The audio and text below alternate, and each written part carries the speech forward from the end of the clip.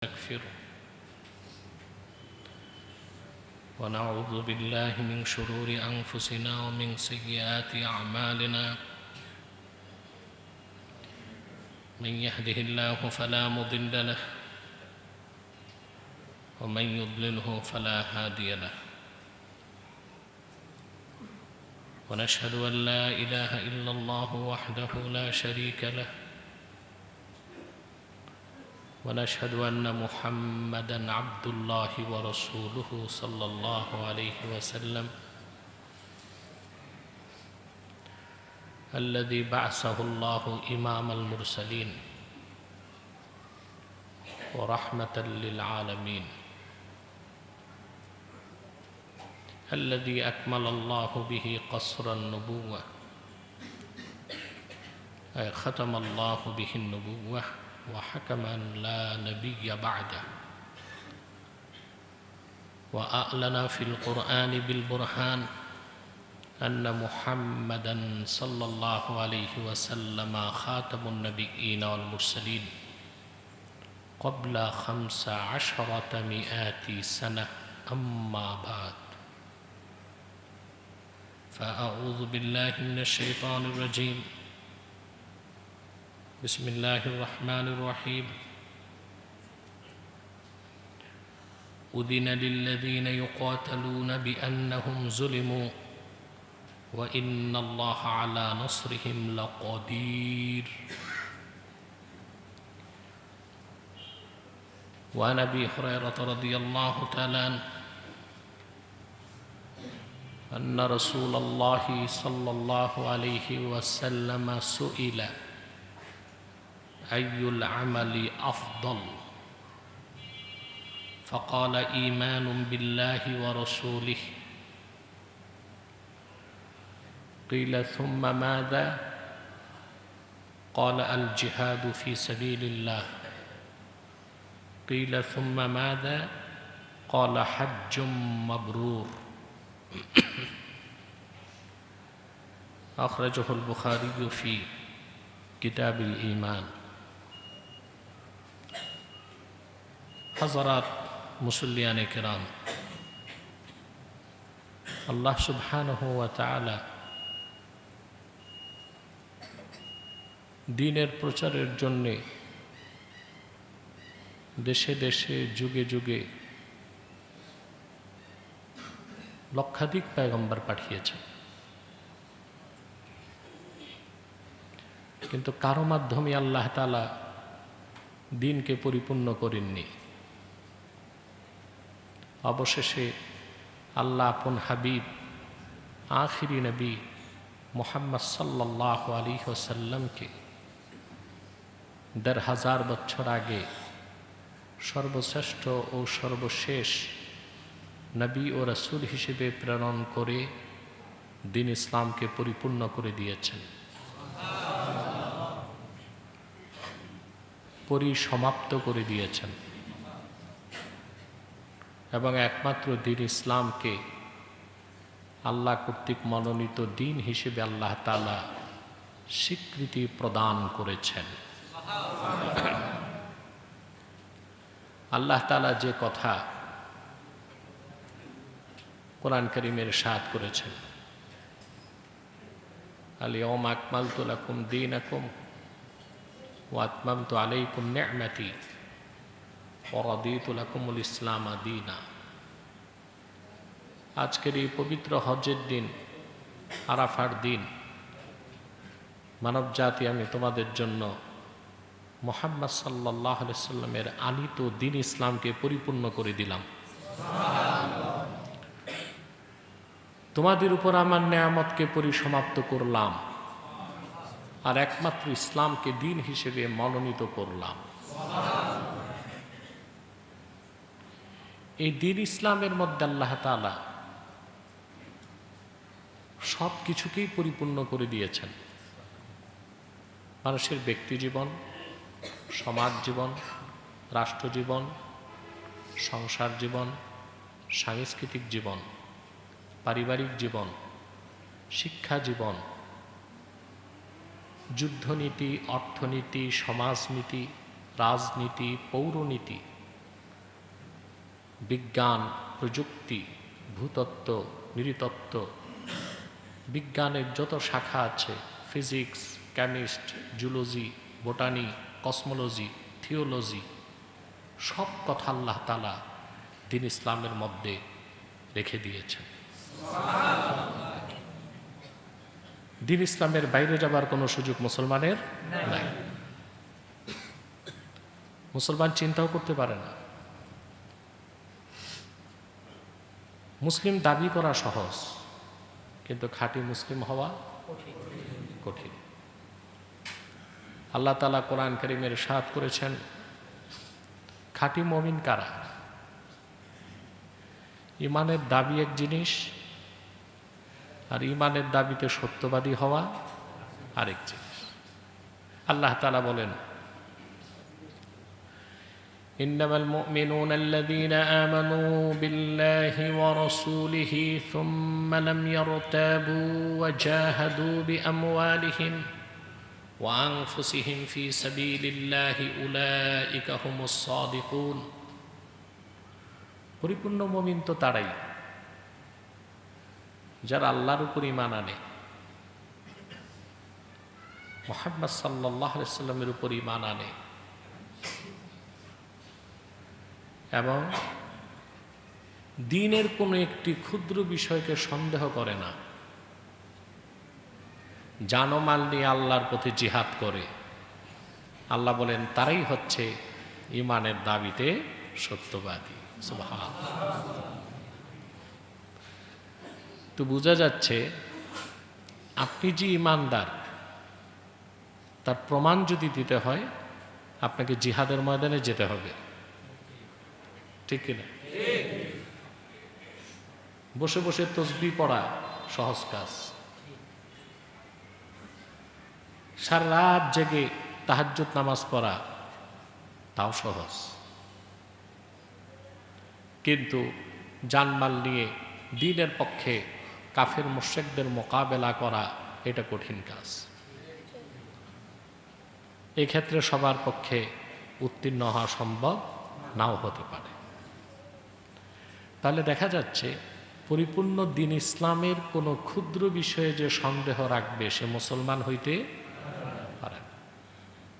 কোনো ব্যক্তি ইসলামকে কতটুকু মানবে, ইসলামকে বিশ্বাস করতে হবে পুরা, বিশ্বাস করতে হবে, বিশ্বাসের ক্ষেত্রে কোনো ছাড় নাই।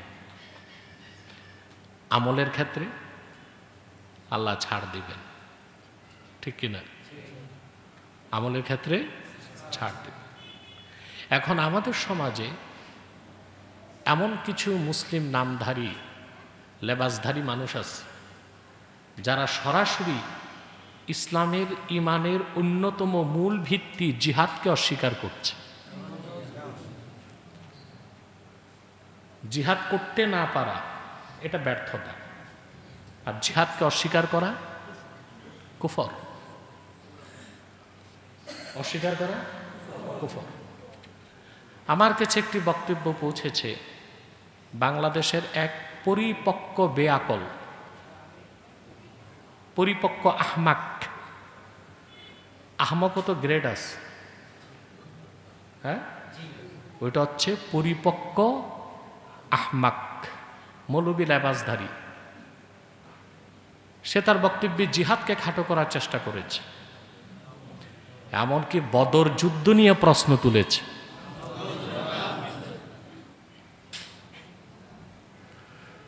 বিগত ফেসিবাদের সময় ইসলামের বিপক্ষে কাফের মুশরিক, রামবাম, নাস্তিক, বুদ্ধিজীবী কিংবা ব্লগারদের বক্তব্য শুনতাম, আমরা প্রতিবাদ করতাম।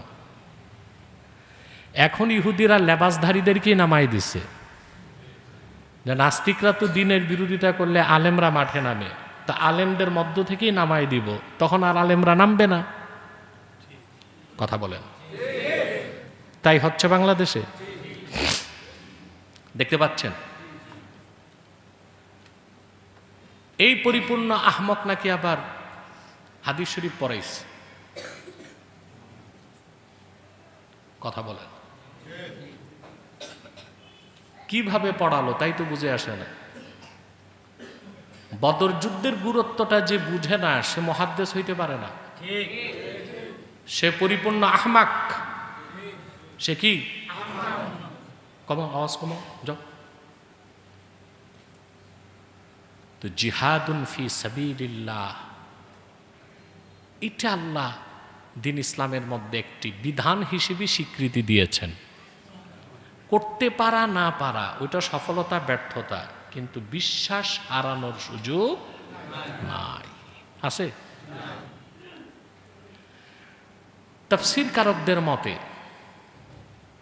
আল্লাহ তাআলা বনী ইসরাইলের পূর্বে যত পয়গম্বর এসেছিলেন সবার উপর জিহাদকে ফরজ করেন নাই।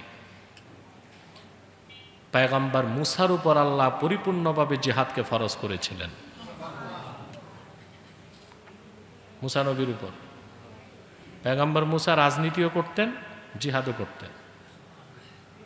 পরবর্তীতে দাউদ আলাইহিস সালাম রাজনীতিও করতেন, জিহাদও। সুবহানাল্লাহ বলবেন।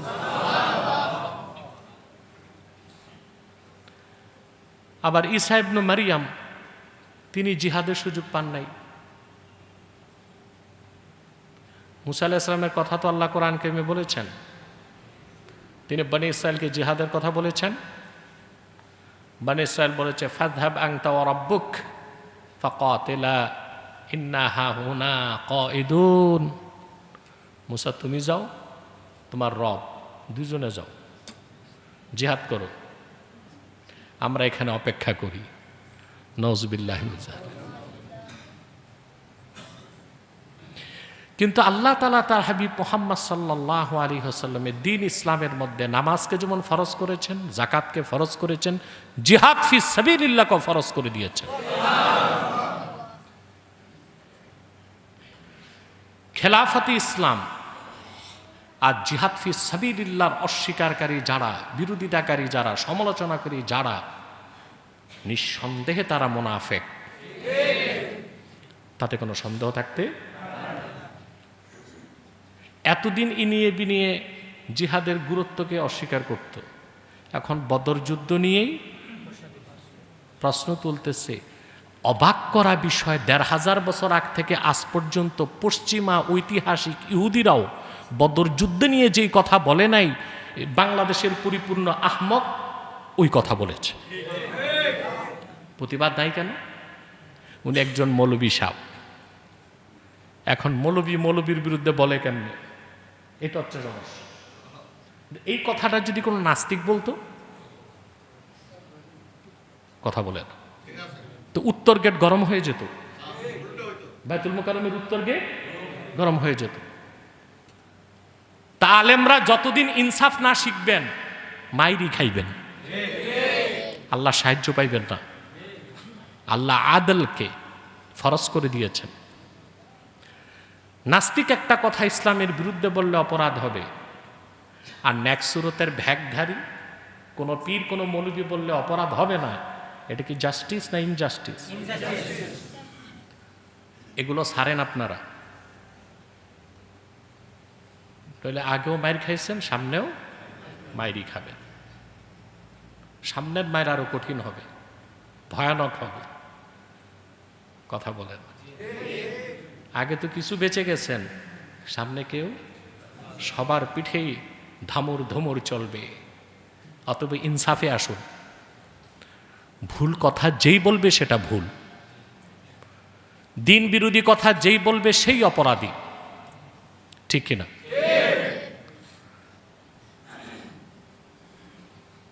জিহাদ ফি সাবিলিল্লাহ, জিহাদকে আল্লাহ তাআলা রাসূল করিম সাল্লাল্লাহু আলাইহি সাল্লাম মক্কাতুল মুকাররমায় যতদিন দিনের দাওয়াত দিয়েছেন, আল্লাহ জিহাদকে ফরজ করেন নাই।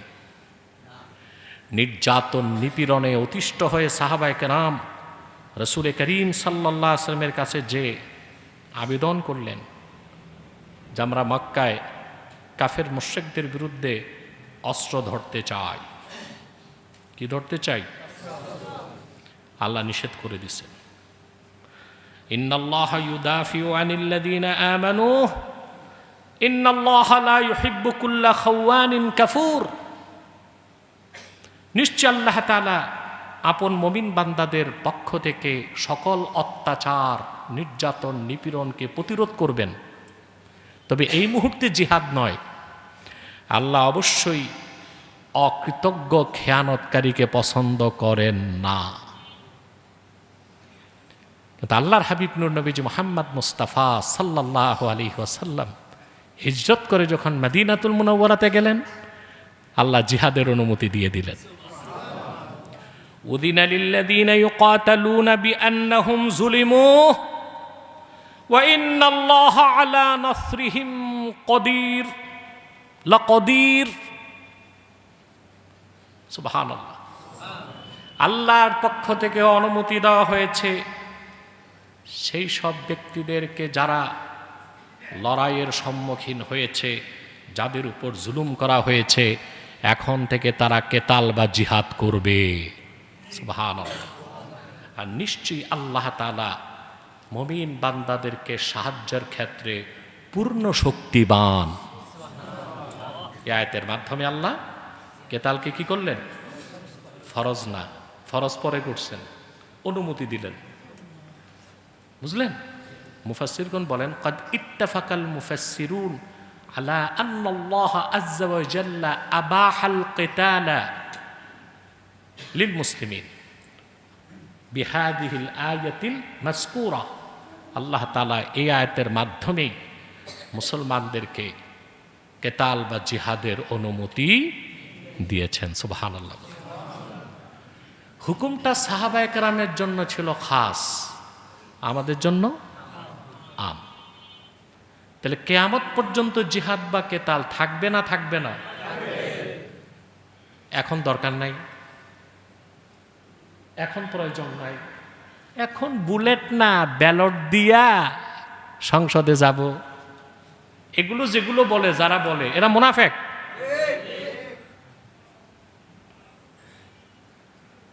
পৃথিবীতে শতাধিক রাষ্ট্রে গণতন্ত্র আছে, কোন দেশ কি বুলেট বানানো বন্ধ করছে? কথা বলে। বরং পারমাণবিক বোমা বানাবার প্রতিযোগিতা বেড়ে গেছে, বাড়ছে না?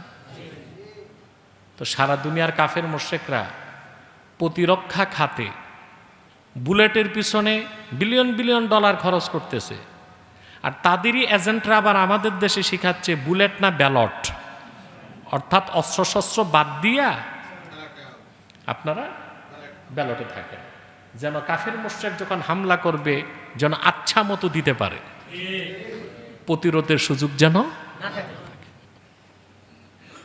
বাংলাদেশের ইতিহাস কলঙ্কিত মুনাফেক মৌলবীদের অপকর্মের কারণে আজকে আপনারা দেখতে পাচ্ছেন আরাকানে, রাখাইন রাজ্যে হাজার হাজার মুসলমানকে হত্যা করা হয়েছে।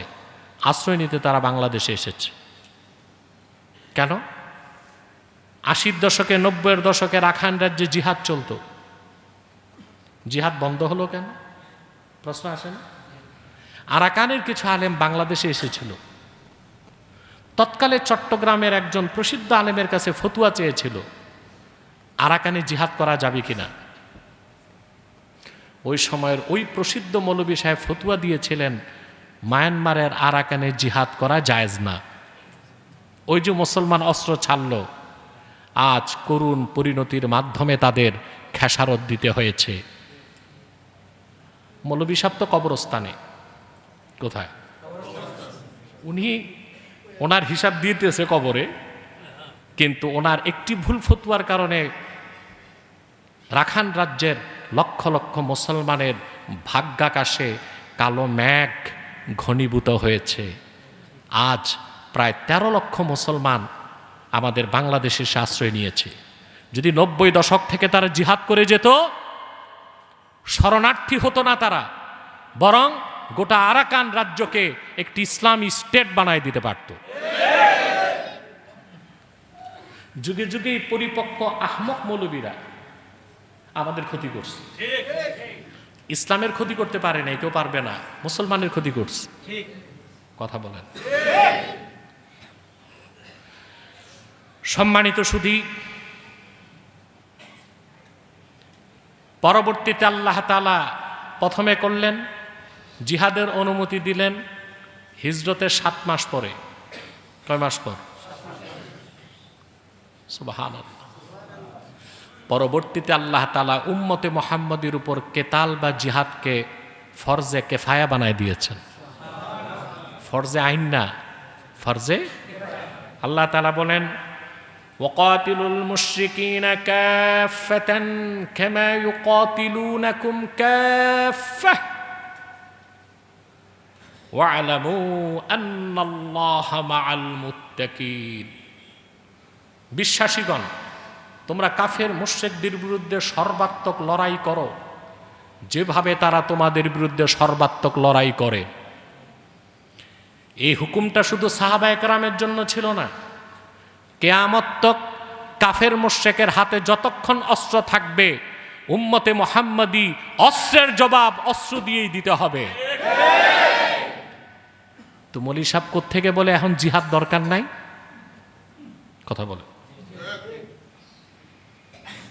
আপনার যদি সুযোগ দিয়ে দেন এক সময় তারা অনেক কিছু অস্বীকার করবে।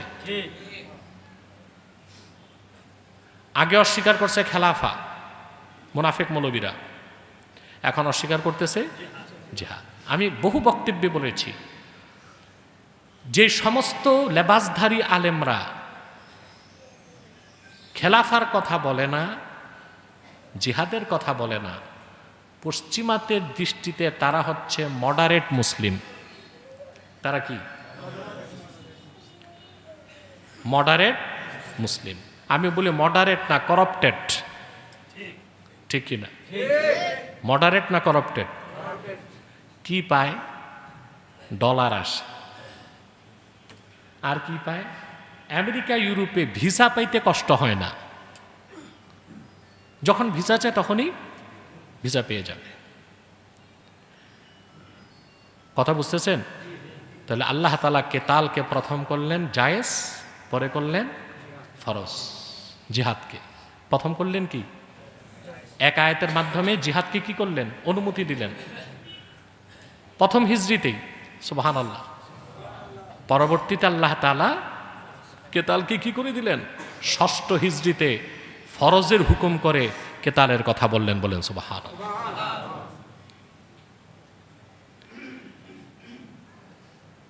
পরিপক্ক আহমক বুঝে নাই যে তরবারি দিয়া মুসলমান বানানোর জন্য আল্লাহ জিহাদ দেন নাই, এই জন্য দিছেন। জিহাদের উদ্দেশ্য কি? আমরা জিহাদ করবো আর যত হিন্দু বৌদ্ধ খ্রিস্টান আছে পিটায় মুসলমান বানাবো, এই জন্য জিহাদ? কি আশ্চর্য! জিহাদের অর্থ কি? জিহাদের সাবাব কি? জিহাদের শারায়েত কি? জিহাদ কত প্রকার তাই জানে না এমন লোক নাকি কিতাবুল মাগাজি পড়ায়। আশ্চর্য অবস্থা। জিহাদ তো এক প্রকার না। ইবনুল কাইয়্যিম জওজি জাদুল মাআদে জিহাদের স্তর বর্ণনা করছেন 12টা, মোট 4 প্রকার। ইন্নালিল জিহাদে আরবাআতা মারাতিব। জিহাদের 4টা স্তর। কয়টা? প্রথম হচ্ছে জিহাদুন নাফস, দ্বিতীয়টা জিহাদুল শয়তান, তৃতীয়টা জিহাদুল কুফার ওয়াল মুনাফিকিন ওয়াল মুশরিকিন ওয়া আরবাবিল মাযালিম ওয়া আসহাবিল মুনকারাত, চতুর্থটা হচ্ছে জিহাদ মুস্তাহাব। কয়টা স্তর? একটা হচ্ছে জিহাদুন নফস, নফসের সাথে জিহাদ করা। কিসের সাথে? নফসের সাথে জিহাদটাও কম না, এটাও বড় জিহাদ। আল্লাহ তাআলা বলেছেন ওয়াল্লাযীনা জাহাদু ফীনা লানাহদিয়ান্নাহুম সুবুলানা ওয়া ইন্নাল্লাহা লামাআল মুহসিনিন। আর যারা আমি আল্লাহকে পেতে কঠোর সাধনা করে, মুজাহাদা করে। এই সূরা আলে ইমরানের শেষ আয়াতের উপর আমার আলোচনা আছে 2 ঘন্টার, সোশ্যাল মিডিয়াতে দেখে নেবেন।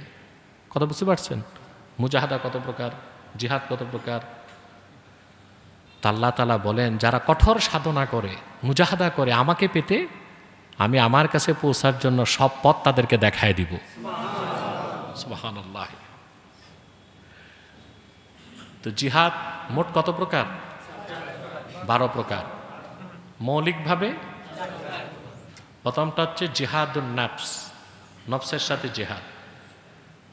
হ্যাঁ, আল্লাহ কোরআন কারীমে অন্যত্র বলেছেন, ফাম্মা মান খাফা মাকামা রাব্বিহি ওয়া নাহা নাফসা আনিল হাওয়া। সুবহানাল্লাহ। এটা হচ্ছে নফসের সাথে জিহাদ। কিসের সাথে? আপনার তো নফসও বুঝেন না, আপনারা যেটা কাটেন মুসলমানের সময় ওইটারে নফসও বুঝেন। বিষয় কি তাই নাকি? না, ওইটা নফস না, ওইটা জাকার। আপনারা অনেক ভুল কিছু শিখে বড় হয়েছেন। এই যে নফস হচ্ছে কুপ্রবৃত্তি। কি সবচেয়ে খারাপ নফস হচ্ছে নফসে আম্মারা। নফসে আম্মারা আন-নাফসুল্লাতী তা'মুরুন নাসা বিস-সুই ফাকাত। আমের এর মুয়ান্নাস আমেরা, মুবালাগা আম্মারা। যেই নফস সব সময় মানুষকে খারাপ কাজের নির্দেশ করে, এটা নফসে। সকল কাফের মুশরিকের নফস কি? নফসে আম্মারা। নফসে বাঙালিকে যদি বলে তোমার নফস কি, বলবে নফসে খাওয়ামা। কারণ খাওয়া শিখছে শুধু, এই জন্য নফসে কি? খাওয়ামা। খাওয়ামা কোনো নফস নাই। নফসে মুতমাইন্না। সুবহানাল্লাহ। নফসে লাওয়ামা, নফসে আম্মারা। খাঁটি মুমিনদের নফস হচ্ছে নফসে মুতমাইন্না। মোটামুটি আমাদের মতো গুনাহগার যারা, তাদের নফস হচ্ছে নফসে লাওয়ামা। আমরা গুনাহ করলে তওবা করি। কি করি? আর কাফের মুশরিকটা হচ্ছে নফসে আম্মারা। তো এই যে নফসের সাথে লড়াই, এটাও জিহাদ। এটা কি? 2 নাম্বার হচ্ছে জিহাদুশ শয়তান, শয়তানের সাথে জিহাদ। সেটা হচ্ছে আম্মা জিহাদুশ শয়তান ফাহুয়া তারকু কুল্লি আমরিন মা ইউলকিহি শায়তানু ফিল কলব। শয়তান বান্দার অন্তরে যে খারাপ কাজ ঢেলে দেয়, অসসা দেয়, এটা না করে শয়তানকে মোকাবেলা করাও কি? জিহাদ। আল্লাহ কোরআন কারীমে বলেছেন, ইন্নামা ইয়া'মুরুকুম বিস-সুই ওয়াল ফাহশা। নিশ্চয় শয়তান সবসময় তোমাদেরকে খারাপ কাজ আর অশ্লীল কাজের নির্দেশ করে। কথা বুঝতেছেন? স্পষ্ট বোঝা যাচ্ছে? 3 নম্বর জিহাদ হচ্ছে জিহাদুল কুফফার ওয়াল মুনাফিকিন ওয়া আরবাবিল মাযালিম ওয়া আসহাবিল মুনকারাত ওয়া আহলিল বিদআহ। কাফের মুশরিক মুনাফিকদের বিরুদ্ধে, আহলে বিদআর বিরুদ্ধে, জালেম অত্যাচারী শাসকদের বিরুদ্ধে যুদ্ধ করা ফারজু কিফায়া। আমিলা বিহি বাদুল মুসলিমিন ফাসাকাতা আনিল বাকিন। এই যে সশস্ত্র জিহাদ যেটা কাফের মুশরিকদের বিরুদ্ধে, এটা আল্লাহ ফরজে কিফায়া করে দিয়েছেন। এটা কি? মুসলমানদের একটা দলে দায়িত্ব পালন করলে বাকিদের উপর থেকে দায়িত্ব আদায় হয়ে যাবে, আর কেউ না করলে সবাই গুনাহগার হবে। এই হুকুম কি মানসুখ হয়েছে? কথা বলেন না, কিয়ামত পর্যন্ত থাকবে? বলেন। 4th প্রকার জিহাদ হচ্ছে জিহাদ মুস্তাহাব। যেমন ইনফাক ফি সাবিলিল্লাহ, তাবাররুআন, তাতাওয়ুআন। যে কোনো সময় নফল সদকা করা, ইতআমুত তাআম, মানুষকে খাওয়ানো, মানুষকে সাহায্য করা, মানুষের উপকার করা, এই সব জিহাদ ফি সাবিলিল্লাহ। তবে মুস্তাহাব। তবে কি? এমনকি হাদিস শরীফে এসেছে, রাসূল করিম সাল্লাল্লাহু আলাইহি ওয়াসাল্লাম ইরশাদ করেছেন, তুমি যে তোমার স্ত্রীকে খাদ্যের লোকমা তুলে দাও,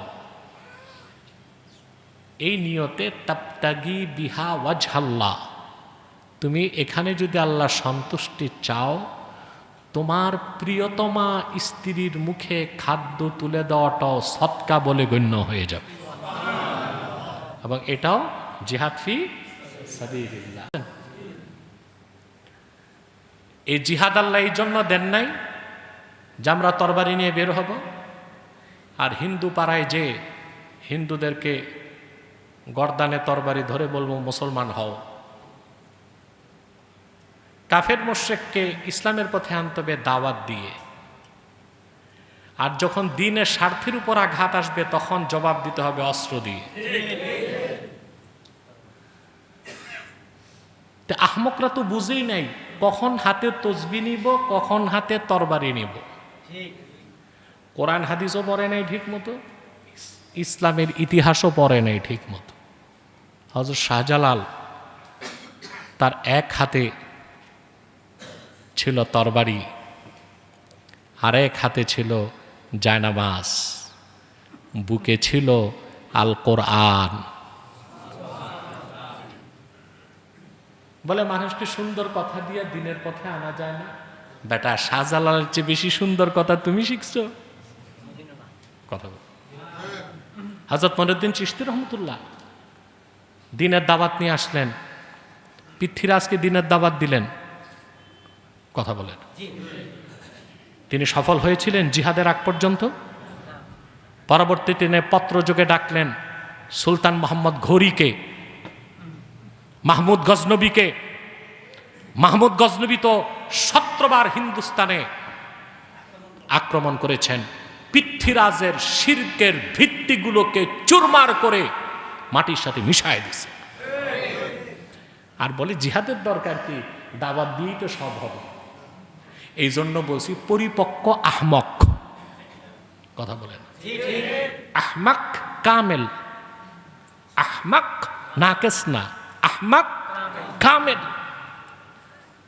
না কোরআন শরীফ পড়ছে ঠিক মতো, না হাদিস শরীফ পড়ছে ঠিক মতো, না ইসলামের ইতিহাস পড়ছে। জিহাদ ফি সাবিলিল্লাহ মানুষকে মুসলমান বানাইতে নয়, দ্বীনের স্বার্থ রক্ষায়। দ্বীনের স্বার্থ রক্ষা পেলেই না মানুষ মুসলমান হবে।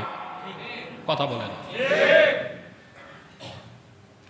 ব্যক্তির জন্য ইমানের চূড়ান্ত পরীক্ষা হচ্ছে জিহাদ। আল্লাহ কোরআন কারীম স্পষ্ট বলেছেন, ইয়া আইয়ুহাল্লাযীনা আমানু হাল আদুল্লুকুম আলা তিজারাতিন তুনজিকুম মিন আযাবিন আলীম তু'মিনুনা বিল্লাহি ওয়া রাসূলিহি ওয়া তুজাহিদুনা ফি সাবিলিল্লাহি বিআমওয়ালিকুম ওয়া আনফুসিকুম। সুবহানাল্লাহ। মুসলমানেরা, আল্লাহ প্রশ্ন করেন, আমি কি তোমাদেরকে একটি ব্যবসার কথা বলবো যা তোমাদেরকে স্থায়ীভাবে জাহান্নাম থেকে মুক্তি দিবে? ব্যবসার পুঁজি কি?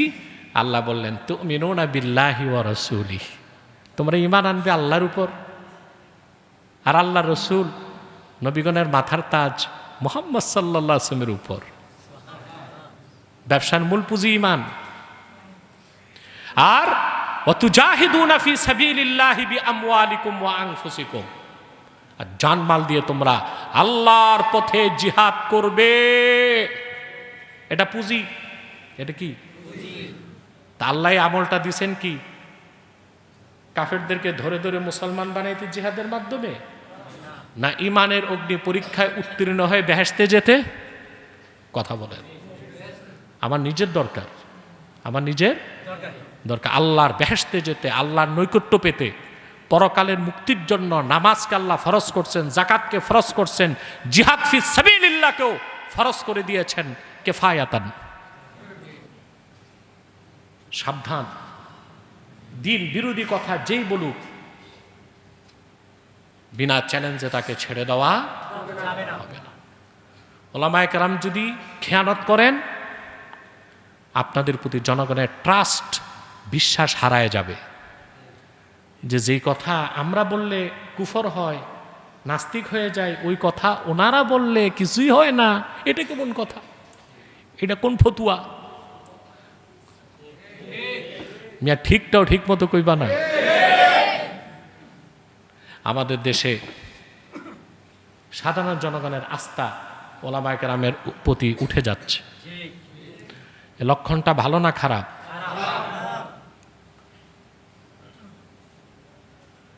সুবহানাল্লাহি বিহামদিহি।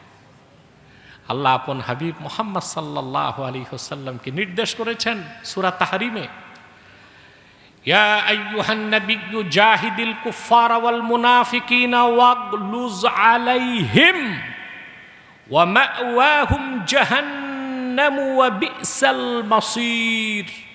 আমার প্রিয় নবী মুহাম্মদ সাল্লাল্লাহু আলাইহি ওয়াসাল্লাম,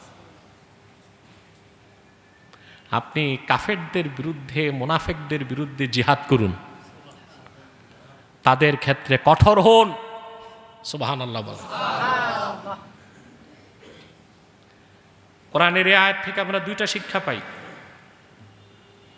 আল্লাহর হাবিব নূর নবীজি মুহাম্মদ সাল্লাল্লাহু আলাইহি সাল্লামের মহান সুন্নতগুলির একটি হচ্ছে জিহাদ করা উম্মতের জন্য। দ্বিতীয় সুন্নতের অনুসরণ হচ্ছে কাফের মুশরিকদের ক্ষেত্রে কঠোর হতে হবে। আমাদের কি হতে হবে? কার নির্দেশ? আল্লাহ তাআলা। জোরে বলেন।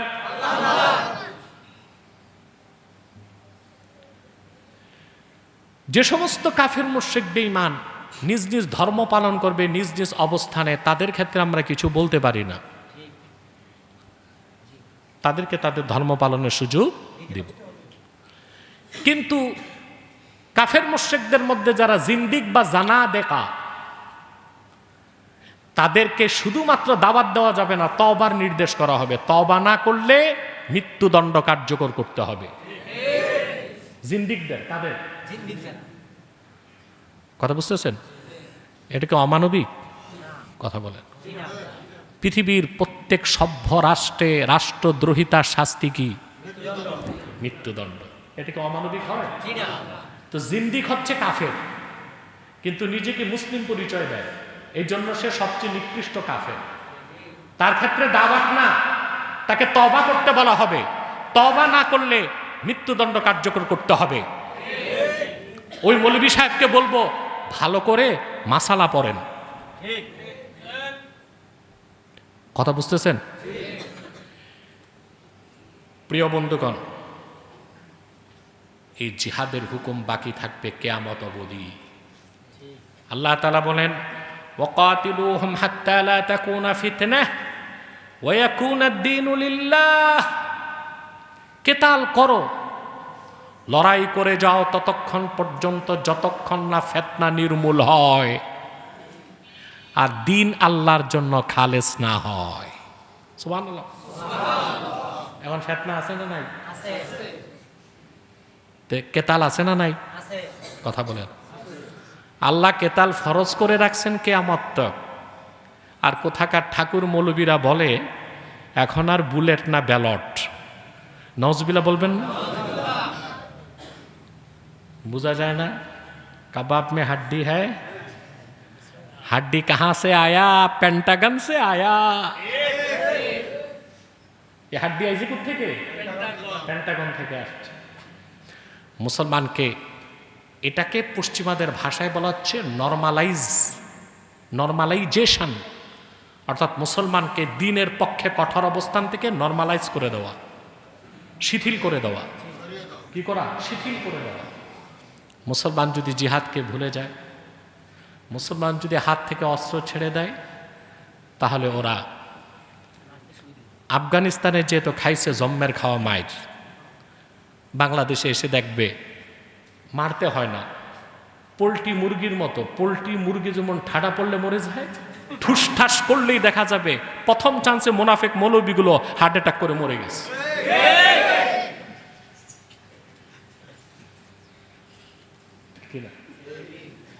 না, আমরা কাফের মুশরিকদের বিরুদ্ধে কঠোর থাকব। হ্যাঁ, কাফের মুশরিকদের মধ্যে যারা জিম্মি, মুসলিম স্টেটের আনুগত্য মেনে নিয়েছে, তাদের আমরা নিরাপত্তা দিব। এখানে তো বুঝতে হবে তো কাদের সাথে কি আচরণ, কাদের সাথে কি ধরনের আচরণ। কথা বুঝতেছেন? প্রিয় বন্ধুগণ, যে কথা বলছিলাম, অন্য আয়াতে আল্লাহ তাআলা বলেছেন, ওয়াকাতিলুহুম হাত্তা লা তাকুনা ফিতনাহ ওয়া ইয়াকুনা আদ-দীনু কুল্লুহু লিল্লাহ। আগে আল্লাহ বলেছেন ওয়াকাতিলুহুম হাত্তা লা তাকুনা ফিতনাহ ওয়া ইয়াকুনা আদ-দীনু লিল্লাহ। পরের আয়াতে আরো তাকিদ করে দিয়েছেন, যতক্ষণ পর্যন্ত দিন আল্লাহর জন্য পরিপূর্ণভাবে আল্লাহর দিন প্রতিষ্ঠিত না হয়, যতক্ষণ পর্যন্ত আল্লাহর দিন খালেস না হয় সমাজ ও রাষ্ট্রে, ততক্ষণ পর্যন্ত কেতাল করো। এটা কবে হবে খালেস? সমগ্র পৃথিবীতে আল্লাহর দিনের বিধান দেওয়া সমস্ত পৃথিবী যেদিন চলবে, সেটা কখন? ইমাম মাহদির আত্মপ্রকাশের পরে, ঈসা রুহুল্লাহ আকাশ থেকে নামার পরে। সুবহানাল্লাহ। এটা পরিষ্কার হাদিসে আছে। কোরআন শরীফের আয়াতের ব্যাখ্যা যদি চান, তা আমাদেরকে কোনো তাফসীরে যেতে হবে না, সরাসরি হাদিস পাওয়া যায়। রাসূল করিম সাল্লাল্লাহু আলাইহি ওয়াসাল্লাম ইরশাদ করেছেন, সালাসুম মিন আসলিল ঈমান, আল কাফু আম্মান ক্বালা লা ইলাহা ইল্লাল্লাহ লা নুকাফিরুহু বিযামবিন ওয়ালা তুখরিজহু আনিল ইসলামি বিআমালিন ওয়াল জিহাদু মাযিন মুসবাসানিয়াল্লাহ ইলা আন ইউকাতিলা আখিরু উম্মতি আদ-দাজ্জালা ওয়াল ঈমানু বিল আকদার। রাসূল করিম সাল্লাল্লাহু আলাইহি ওয়াসাল্লাম ইরশাদ করেছেন, ঈমানের মূল ভিত্তি তিনটি। কয়টি? সালাসুম মিন আসলিল ঈমান, ঈমানের মূল ভিত্তি তিনটি। আল কাফু আম্মান ক্বালা লা ইলাহা ইল্লাল্লাহ, এখানে উদ্দেশ্য হচ্ছে পুরা কালেমা। কি বুঝলেন? লা ইলাহা ইল্লাল্লাহু মুহাম্মাদুর রাসূলুল্লাহ সাল্লাল্লাহু আলাইহি ওয়াসাল্লাম। রাসূল করিম সাল্লাল্লাহু আলাইহি ওয়াসাল্লাম সাহাবায়ে কেরামকে হুকুম করেছেন, ঈমানের মূল ভিত্তি তিনটি। প্রথমটা হচ্ছে আল্লাহর তাওহীদকে বিশ্বাস, আমার রিসালাতকে বিশ্বাস। এই বিশ্বাসের স্বীকৃতি যে দিবে, তার ক্ষেত্রে আমরা হাতকে গুটিয়ে রাখব, তার উপর অস্ত্র ধরব না। ওয়ালা নুকাফিরহু বিযামবিন, আমরা কোনো গুনাহের কারণে তাকে কাফের বলবো না। ওয়ালা নুখরিজহু মিনাল ইসলামি বিআমালিন, আর তার কোনো খারাপ আমলের কারণে ইসলাম থেকে বের করব না। অর্থাৎ সে যত বড় গুনাহগার হোক, যদি কালেমা বিশ্বাস করে, কালেমা স্বীকার করে, তার বিরুদ্ধে অস্ত্র ধরা যাবে না। দুই নাম্বার ভিত্তি ঈমানের, ওয়াল জিহাদু মাযিন মুসবাসানিয়াল্লাহ ইলা আন ইউকাতিলা আখিরু উম্মতি আদ-দাজ্জালা, আর আমি মুহাম্মদ সাল্লাল্লাহু আলাইহি ওয়াসাল্লামকে প্রেরণ করে আল্লাহ তাআলা জিহাদকে ফরজ করেছেন। এই জিহাদের হুকুম বাকি থাকবে আমার উম্মতের শেষ ব্যক্তি কর্তৃক দাজ্জালকে হত্যা করার আগ পর্যন্ত। ওই ব্যক্তির নাম কি? ঈসা রুহুল্লাহ। তাহলে ঈসা যখন আকাশ থেকে নামবেন, দাজ্জালকে হত্যা করবেন, সারা দুনিয়ায় ইসলামের বিধান কায়েম হয়ে যাবে। পৃথিবীতে তখন কাফের মুশরিকি থাকবে না, তখন আর জিহাদও লাগবে না। কথা বুঝতে পারছেন? এরপরে রাসূল করিম সাল্লাল্লাহু আলাইহি সাল্লাম আরো বলে দিয়েছেন, লা ইউবতিলুহু জাওরু জায়ের ওয়ালা আদলু আদেল। মুসলমানদের মধ্যে শাসক যদি অত্যাচারী হয়, তার অত্যাচার, শাসক যদি ন্যায়পরায়ণ হয়, তার ন্যায়পরায়ণতা কোনো অবস্থায় জিহাদের হুকুমকে বাতিল করতে পারবে না। অর্থাৎ জিহাদটা কিয়ামত পর্যন্ত। কখন পর্যন্ত? ওয়াল ঈমানু বিল আকদার, ঈমানের তৃতীয় ভিত্তি হচ্ছে তকদিরকে বিশ্বাস। তকদিরকে, তা রাসূলুল্লাহ সাল্লাল্লাহু আলাইহি সাল্লাম জিহাদ ফি সাবিলিল্লাহকে ঈমানের তিনটা ভিত্তির একটা বলেছেন। ইসলামের ভিত্তি কয়টা? পাঁচটা। আর ঈমানের ভিত্তি তিনটা, তার মধ্যে একটা কি? জিহাদ।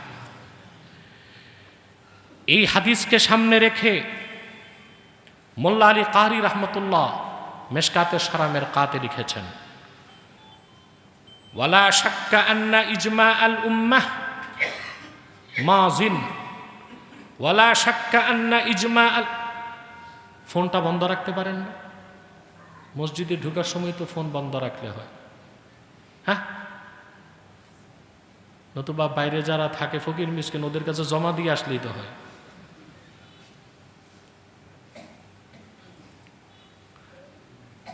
বলবে পরে যে তোর মোবাইল পাবো না। আমাদের দেশে আমলা কামলা অফিসারদের বিশ্বাস করা যায় না, ফকির মিসকিনকে বিশ্বাস করা যায়। ওয়ালা শাক্কা আন্না ইজমা আল উম্মতি আন্নাল জিহাদা মাজিন ইলা ইয়াউমিল কিয়ামাতি লাম ইউনসাখ। এই হাদিসকে সামনে রেখে মোল্লা আলী কারি, হানাফিদের মুখপত্র বলা হয়, মেশকাতে সারা মেরকাতে লিখেছেন এ হাদিস প্রমাণ করে জিহাদের হুকুম যে ফরজ তা কিয়ামত পর্যন্ত বাকি থাকবে, এবং এটা কোনো এক ইমাম বা মাযহাবের মত নয়, এটা ইজমায়ে উম্মাত। তাহলে যে জিহাদকে অস্বীকার করে সে কিতাবুল্লাহকে অস্বীকার করে, সে সুন্নাতু রাসূলিল্লাহকে অস্বীকার করে, সে ইজমায়ে উম্মতকে অস্বীকার করে, তাকে মুসলিম বলার সুযোগ, সে জিন্দিক। সে কি? সে কি? সম্মানিত সুধী, আল্লাহ সুবহানাহু ওয়া তাআলা উম্মতে মুহাম্মাদীকে সর্বাবস্থায় জিহাদের প্রস্তুতি রাখতে বলছেন। দুইটা আয়াত প্রমাণ দেয়। কয়টা আয়াত? আল্লাহ তাআলা বলেন, কোরআনে কারীমে ইরশাদ করেছেন, আল্লাহু আকবার কাবীরা। আল্লাহ সুবহানাহু ওয়া তাআলা জিহাদের হুকুম যে কিয়ামত পর্যন্ত বাকি থাকবে, মুসলমানদেরকে জিহাদের প্রস্তুতির সর্বাবস্থায় রাখতে হবে, সূরা আলে ইমরানের শেষ আয়াতে আল্লাহ তা বলে দিয়েছেন, ইয়া আইয়ুহাল্লাযীনা আমানুসবিরু ওয়া সাবিরু ওয়া রাবিতু। আল্লাহু আকবার। যান তাফসীর খুলে রাবিতু অর্থ দেখেন, তাফসীর খুলে রাবিতু অর্থ দেখেন। রাবতুল খায়াল থেকে, রাবতুল খায়াল থেকে। এটার তর্জমা মুফাসসিরগণ এইভাবে করেছেন, আল্লাহ মুমিনদেরকে বলেছেন, হে ঈমানদারগণ সবর করো, পরস্পর সবরের চর্চা করো, ও রাবিতু সর্বাবস্থায় যুদ্ধের প্রস্তুতি রাখো। এক মুহূর্তের জন্য তো মুসলমান যুদ্ধের নীতি থেকে প্রস্তুতি দিকে সরতে পারে? পারে না। শাইখুল হিন্দ মাওলানা মাহমুদুল হাসান দেওবন্দি রহমতুল্লাহ আলাইহি ইংরেজ খেদাও আন্দোলনে যার অবদান ছিল অনেক বেশি, তিনি ও তার ছাত্র মাওলানা হোসেন আহমদ মাদানী রহমতুল্লাহ দুজন ইংরেজ বিরোধী আন্দোলন করে মাল্টার কারাগারে 2 বছর কাটাইছেন। কয় বছর? মাহমুদুল হাসান দেওবন্দিকে অ্যারেস্ট করা হয়েছিল, তোনার ছাত্র হোসেন আহমদ মাদানী রহমতুল্লাহ স্বেচ্ছায় কারাবরণ করছেন, যে ওস্তাদ একা থাকবে কেমনে, তার খেদমত করতে হবে। এই জন্য তিনি স্বেচ্ছায় ওস্তাদের সাথে কোথায় গেছেন? জেলে গেছেন। আজ ওই রকম ওস্তাদও নাই, ওই রকম শাগরেদও নাই। থাকবে কোত্থেকে? সমস্যা তো ওস্তাদের মধ্যে। সমস্যা কো? এই মাহমুদুল হাসান দেওবন্দি রহমতুল্লাহ সর্বাবস্থায় দেওবন্দ মাদ্রাসায় তার কামরার সামনে ঘোড়া বেঁধে রাখতেন। কি বেঁধে রাখতেন? সুবহানাল্লাহ। কেন? আল্লাহ বলছেন রাবিতু, মুসলমানকে আল্লাহ নির্দেশ করছেন সর্বাবস্থায় যুদ্ধের প্রস্তুতি রাখো। এই আমল করতে যে মাহমুদুল হাসান দেওবন্দি রহমতুল্লাহ সর্বাবস্থায় তার কামরার সামনে ঘোড়া বেঁধে রাখতেন, আর আজকে কিনা এই পরিপক্ক আহমক মৌলবীরা জিহাদকে খাটো করতে চাচ্ছে, তা মেনে নিব না বাংলাদেশে। মানবেন? খেলাফত ও জিহাদের প্রশ্নে কোনো ছাড় নাই, কোনো আপোষ নাই। বক্তব্য দিয়ে যাবেন, বক্তব্য রাখতে থাকবেন, এই অবস্থায় মৃত্যু চলে আসবে। কিন্তু আপনার ন্যারেটিভ, আপনার বয়ান, এটা পরিবর্তন হতে পারবে না। আপনার বয়ান যদি পরিবর্তন করে ফেলেন, আপনার ন্যারেটিভ যদি পরিবর্তন করে ফেলেন, তাহলে আপনি জাতীয় গাদ্দার ও মুনাফিক হিসেবে স্বীকৃতি পাবেন। সুবহানাল্লাহ। আরে ভাই, আল্লাহর হাবিব নূর নবীজি মুহাম্মদ সাল্লাল্লাহু আলাইহি সাল্লামের সুমহান সাহাবীগণ পরীক্ষা দিয়েছেন কি? জিহাদের ময়দানে। সুবহানাল্লাহ। সাহাবায়ে কেরামের প্রথম পরীক্ষা ছিল বদর।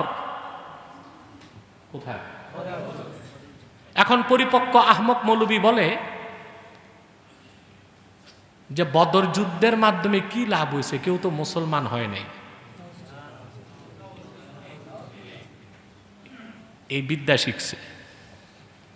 বদর যুদ্ধ কি আল্লাহ দিছিলেন পিটায় পাটায় কাফেরকে মুসলমান বানাইতে? দিন প্রতিষ্ঠার জন্য। সুবহানাল্লাহ। আল্লাহ নিজে কোরআন কারীমে বলেন বদরের ব্যাপারে, ওয়ালাকাদ নাসারাকুমুল্লাহু বিবাদরিন ওয়া আনতুম আযিল্লাহ ফাত্তাকুল্লাহা লাআল্লাকুম তাশকুরুন। হে সাহাবায়ে কেরাম, বদরে তোমরা খুবই দুর্বল ছিলে, আল্লাহ তোমাদের সাহায্য করছে। কত বড় পরীক্ষা ছিল! মুসলিম শরীফ সাক্ষ্য দেয়, মদিনা মুনাওয়ারার ইহুদিরা এসে আল্লাহর হাবিবের কাছে আবেদন করলেন, ইয়া রাসূলুল্লাহ সাল্লাল্লাহু আলাইহি সাল্লাম, বদর প্রান্তরে আপনি কুরাইশদের বিরুদ্ধে যুদ্ধ করবেন, আমরা আপনাকে সাহায্য করতে চাই। কারা? ইহুদিরা। আরে বর্তমান মুনাফিক মৌলবীদের চেয়ে ওই ইহুদিরা ভালো ছিল। জিহাদ করতে চাইছে। কি করতে চাইছে? রাসূলুল্লাহ সাল্লাল্লাহু আলাইহি সাল্লাম তাদের প্রস্তাবকে প্রত্যাখ্যান করে বললেন, ইন্না লা নাস্তাঈনু ফি আমরিনা বিল মুশরিকিন। আমরা আল্লাহর দ্বীনের কাজে মুশরিকদের সহযোগিতা নিতে পারি না।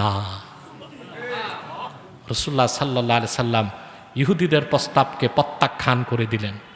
কিন্তু চতুর ইহুদিরা বুঝতে পেরেছিল বদর হচ্ছে অস্তিত্বের লড়াই। যদি বদরে আল্লাহর হাবিব এবং সাহাবায়ে কেরামের বিজয় হয়ে যায়, তাহলে তো আমরাও বিজয়ের অংশীদার হব। কথা বলেন। কিন্তু রাসূল করিম সাল্লাল্লাহু আলাইহি ওয়াসাল্লাম সেই সুযোগ দেন নাই। আর ১৫০০ বছর পরে মৌলবী বলে বদর যুদ্ধ করে কি লাভ হয়েছে? একজনও মুসলমান হয় নাই। বেটা খাটাস বুড়া কোথাকার। বদর যুদ্ধ তো হয়েছে দিন কায়েমের জন্য, তরবারি ধইরা কাউকে মুসলমান বানাতে না। ইসলামে দুভাবেই যুদ্ধ হয়েছে, ডিফেন্সিভ, অফেন্সিভ। Defensive, offensive. খন্দক যুদ্ধ ছিল ডিফেন্সিভ, বদর ছিল অফেন্সিভ। বদর যুদ্ধে কোনো লাভ হয় না এটা যে বলে, নির্ঘাত মুনাফিক সে। ঠিক কিনা? লাভ হয় নাই। এক বদর যুদ্ধেই আল্লাহ তাআলা সাহাবায়ে কেরামের ঈমানকে ইলমুল ইয়াকিন থেকে হাক্কুল ইয়াকিন করে দিয়েছেন। আল্লাহু আকবার। প্রমাণ চান? কোরআন কারীমে আল্লাহ তাআলা বলেছেন, ইস্তাস্তাগীথুনা রাব্বাকুম ফাস্তাজাবা লাকুম আন্নী মুমিদ্দুকুম বিআলফিম মিনাল মালাইকাতি মুরদিফিন। আল্লাহু আকবার। আরে বাবা, বদর যুদ্ধের বিজয় নিয়ে আল্লাহ নিজে ফখর করছেন। বদর যুদ্ধের বিজয় নিয়ে আল্লাহ নিজে ফখর করছেন, গর্ব করছেন। চামচিকা কি বুঝে সূর্যের মাহাত্ম্য? সে তো দিনে বেরি হয় না। চামচিকা, চামচিকা বুঝো? হ্যাঁ, এটারে উর্দুতে বলে চামগুদরি। কি বলে?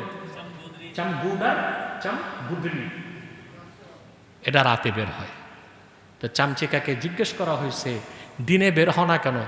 কই সূর্যের সাথে একটু ঝামেলা আছে। চামচিকার ঝামেলা কার সাথে? আসলে কি সূর্যের সাথে ঝামেলা, না সূর্যের আলো সহ্য হয় না? তো বদর যুদ্ধের বিজয় নিয়ে আল্লাহ খুশি, আল্লাহ বিজয় দিয়ে আল্লাহ খুশি। বদর যুদ্ধের মাহাত্ম্য চামগুদার, চামচিকা কি বুঝবে? কথা বলেন। আল্লাহ বলেন, বদরে তোমরা যখন সাহায্য চেয়েছ, আল্লাহ তোমাদের ডাকে সাড়া দিচ্ছেন। বদরে তোমরা যখন সাহায্য চেয়েছ সাহাবীগণ, আল্লাহ জবাব দিয়েছেন। কিভাবে? আল্লাহ বলেন, আমি তাৎক্ষণিক দোয়া কবুল করে আমি তোমাদের জন্য ফেরেশতা প্রেরণ করেছি। 1000 ফেরেশতা দিয়ে সাহায্য করার সিদ্ধান্ত নিয়েছি, যে ফেরেশতারা এসেছে কাতারে কাতার। সুবহানাল্লাহ। বদর যুদ্ধে 1000 ফেরেশতা এসেছেন। সাহাবায়ে কেরাম চোখে দেখছেন ফেরেশতারা যুদ্ধ করতেছে ইসলামের পক্ষে। হযরত জিবরিল বাহিনী নিয়ে আসছে, মারে, কাফের মরে না। জিবরিল দৌড়ায় আল্লাহর কাছে গেছে, মানুষ মারতে হয় কেমনে, ফেরেশতা তো এই বিদ্যা জানে না। আল্লাহ, চাবুক মারি মরে না, আল্লাহ শিখাই দিয়েছেন। বদর যুদ্ধে শিখাইছেন কে? ফাদ্রিবু ফাওকাল আনাক ওয়াদ্রিবু মিনহুম কুল্লা বানান। ফেরেশতারা কাফেরদের গর্দানে মারো আর আঙ্গুলের গিটগুলোতে মারো। সাহাবায়ে ফেরেশতারা এইভাবে আল্লাহ শিখানো নীতিতে যুদ্ধ করছে, একের পর এক কাফের মরতে লাগলো। ইবনু হিশাম রাওয়ায়াত করেন, বদর যুদ্ধে অনেক কাফেরকে দেখা গেছে তাদের পিঠে কালো দাগ। সাহাবায়ে কেরাম এসে রাসূলুল্লাহ সাল্লাল্লাহু আলাইহি ওয়াসাল্লামের কাছে বলেছেন, ইয়া রাসূলুল্লাহ, তরবারি দিয়া মারছি, কালো দাগ কেন? আল্লাহ বলেছেন, আল্লাহর হাবিব বলেছেন, তোমরা মারো না, ওটা ফেরেশতার আঘাত। তো বদর যুদ্ধ কি ঘাট ধরে মুসলমান বানানোর জন্য আল্লাহ দিছিলেন? না, সাহাবায়ে কেরামের ঈমানের পরীক্ষা নিছেন, সেজন্যই তো দিন কায়েম হয়েছে। কথা বলে না। এখন আল্লাহর দ্বীনের পক্ষে মুসলমান দুইভাবে কাজ করবে, দাওয়াত এবং জিহাদ। কোনোটাকে খাটো করা যাবে না। আউলিয়া কেরাম কিভাবে কাজ করছেন? মঈনুদ্দিন চিশতি একদিকে দাওয়াত দিছেন, আরেকদিকে সুলতান মাহমুদ গজনবীকে ডাকছেন, মোহাম্মদ ঘোরীকে ডাকছেন জিহাদের জন্য। শাহজালাল ইয়ামানি কি করছেন? দ্বীনের দাওয়াত দিছেন, আরেকদিকে ৩৬০ জন তিনি যুদ্ধ করছেন। কথা বলেন। দাওয়াতও দিছেন, জিহাদও করছেন। 440 হিজরিতে মুনাফিকদেরকে বলবে ইতিহাস পড়ো, আজ থেকে 1000 বছর আগে সুলতান বালখি মাহিসাওয়ার, যার মাজার শরীফ বগুড়ায় মহাস্তাগরে, তার বাড়ি ছিল আফগানিস্তান। কোথায়? তার বাবা ছিল রাজা। বাবার মৃত্যুর পর তিনি রাজত্ব পেলেন, রাজত্ব ছেড়ে সঙ্গী সাথী নিয়ে চলে আসলেন বাংলাদেশে। প্রথমে আসলেন সন্দ্বীপে। কোথায়? কারো মতে হাতিয়াতে। কোথায়? ওখান থেকে মাছের আকৃতির নৌকাতে তিনি বগুড়া গেছেন, এই জন্য তাকে বলা হয় মাহি সাওয়ার। কি বলা হয়? ওখানে যে সুলতান বালখি প্রথমে দাওয়াত দিলেন, প্রথম চান্সেই দিনের দাওয়াত পেয়ে, সেটা ছিল পুন্ড্রবর্ধন, প্রাচীন বাংলার রাজধানী পুন্ড্রবর্ধন, সোনারগাঁওয়েরও আগে বাংলাদেশের রাজধানী ছিল পুন্ড্রবর্ধন, যেটার বর্তমান হচ্ছে যে দিনাজপুর, বগুড়া, রংপুরের কিছু অঞ্চল, লালমনিরহাট, এগুলো। পরশুরাম রাজা সুলতান মাহমুদ বালখি তার দাওয়াতে পরশুরামের স্ত্রী মুসলমান হয়ে গেল, সেনাপ্রধান মুসলমান হয়ে গেল। এবার আসলো পরশুরাম যুদ্ধের প্রস্তুতি নিয়ে। তখনই কি সুলতান বালখি দাওয়াত দিয়েছেন না তরবারি হাতে নিয়েছেন? যুদ্ধ করলেন, পরশুরাম নিহত হলো। আল্লাহ তাআলা বাংলার রাজধানী পুন্ড্রবর্ধনে 1000 বছর আগে ইসলামের ঝান্ডা উড়ায় দিলেন। দাওয়াতের সাথে জিহাদও ছিল, ঠিক কিনা? আল্লাহ আমাদেরকে কবুল করুন, আল্লাহ আমাদেরকে মঞ্জুর করুন, বলুন আল্লাহুম্মা আমিন। আল্লাহ সকল বিভ্রান্তি থেকে আমাদেরকে বাঁচান, বলুন আল্লাহুম্মা আমিন। ওয়াখির দাওয়ানা আনিল হামদুলিল্লাহি রাব্বিল আলামিন। ওয়াসসালামু আলাইকুম ওয়া রাহমাতুল্লাহি তাআলা ওয়া বারাকাতুহু।